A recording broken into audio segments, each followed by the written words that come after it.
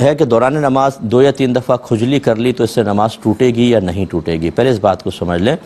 حدیثوں وغیرہ میں کہیں ایسی کوئی بات آپ کو نظر نہیں آئے گی، یہ فقہا کا اپنا ایک اجتہاد ہے، اور وہ اجتہاد معمولی نہیں ہوتا ہے۔ میں معمولی کہنے کی کوشش نہیں کر رہا ہوں، اولی الامر منکم کی ابھی میں نے تشریحات آپ کو بیان کی۔ اصل مسئلہ کیا ہے کہ نماز میں کوئی بھی ایسا فعل کرنا، کوئی بھی ایسا کام کرنا کہ اگر کوئی دور سے اس نمازی کو دیکھے تو یقین کر لے کہ نماز میں نہیں، اسے کہتے ہیں عمل کثیر، بڑا عمل، اور اس سے نماز ٹوٹ جاتی ہے۔ جیسے میں موبائل جیب سے نکالوں دوران نماز، نکال کے دونوں ہاتھوں سے اس کو کر کے پھر جیب میں رکھوں، اب جب تک میں دونوں ہاتھوں سے کر رہا ہوں کوئی بھی دیکھے گا کہ یہ نماز میں نہیں، اسے عمل کثیر کہتے ہیں جو نماز کے فساد کا سبب بنتا ہے۔ اور اگر میں کوئی نماز میں ایسی حرکت کروں جو نماز کی اصلاح وغیرہ کی نہیں ہے، لیکن دور سے دیکھنے والا یہ یقین نہ کرے کہ نماز میں نہیں، بلکہ شبہ شاید ہو شاید نہیں، جیسے ہاتھ یوں نکالا موبائل، ایک ہاتھ سے بند کر رہے ہوتے ہیں، بعد وقت رنگ ٹون بن جاتی ہے، بند کر کے اسے رکھ لیا، اب دور سے دیکھنے والا شبہ میں رہے گا نماز میں ہے کہ نہیں، اسے عمل قلیل کہتے ہیں، اور اس سے نماز فاسد نہیں ہوتی۔ اگر اس صحیح ضرورت کے تحت ہے تو مکروہ بھی نہیں ہوگی، ورنہ تھوڑی سی کراہت پیدا ہوتی ہے۔ یہ آپ بات سمجھ گئے؟ اب فقہا نے یہ فرمایا کہ اگر ایک رکن میں جیسے قیام ہے 3 دفعہ ہاتھ اٹھا کر کوئی کھجا لیتا ہے یا 3 دفعہ ہاتھ اٹھا لیتا ہے تو یہ عمل کثیر بن جاتا ہے، اور جب عمل کثیر ہوگا تو نماز فاسد ہوگی، ٹھیک ہے۔ لیکن آج کل کے دور کے اعتبار سے مطلب ہم اس پر فتویٰ دینا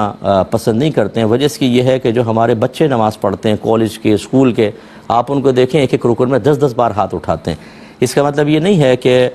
ہم ان کو ادب نہ سکھائیں، ان کو ادب سکھایا جائے گا۔ میں نے امام حضرات کو دیکھا ہے وہ 3 4 بار ہاتھ اٹھا لیتے ہیں، خصوصاً جب تراویح پڑھا رہا ہو حافظ، شروع کی تراویح 1.25 سپارہ پڑھنا ہوتا ہے، اور ایک ایک رکعت کے اندر لمبا سپارہ ہوتا ہے، بیچارے کو کھجلی ہو، تھوڑا سا اس نے کھجا لیا، پھر پڑھتا رہا، پھر تھوڑا سا کھجا لیا، پھر پڑھتا رہا، پھر کھجا لیا، تو کون اس کو دیکھ کے یہ کہے گا یہ عمل کثیر ہے؟ تو لہٰذا فقہا نے ضرور لکھا ہے، اور بہت ہی اچھی نیت کے ساتھ لکھا کہ جب ہم اس پہ فساد کا حکم دیں گے تو لوگ ڈریں گے اور بڑے ادب سے نماز پڑھیں گے۔ لیکن اب ماحول بدل گیا ہے، اب جو ہیں وہ لوگ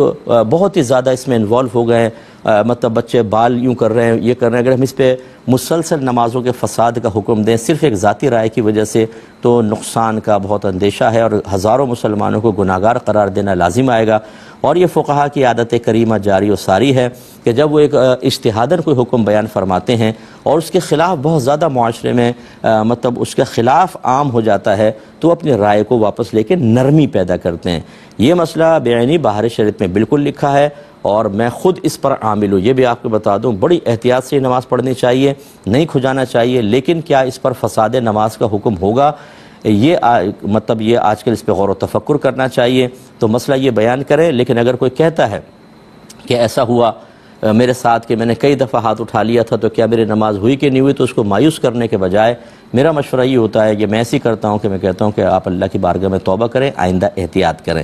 تو اس قسم کے مسائل میں جو اجتہاداً بیان کیے گئے اور اس کی اصل وہی ہے کہ کیا عمل کثیر بنتا ہے یا نہیں، اور عمل کثیر کی آپ تعریف دیکھ لیں، اس کی روشنی میں تھوڑا سا اسپیس دینا چاہیے لوگوں کو، اگر ادب سکھائیں، ماحول بنائیں، اللہ تعالیٰ کی معرفت دیں، تاکہ ایک آدمی جب اللہ کی بارگاہ میں کھڑا ہو تو اتنا خوف ہو، ایسا اس کا دل حاضر ہو کہ حرکتیں نہ کرے۔ لیکن اگر ہم تمام کوئی لوازمات نہ کریں، کوئی اہتمام نہ کریں، اس کو ان کو پروٹیکشن نہ بتائیں، ان کو ہم احتیاط نہ بتائیں، ہم ان کو اللہ کی معرفت نہ دیں، اور صرف یہ حکم بیان کر دیں، تو یہ عمل کثیر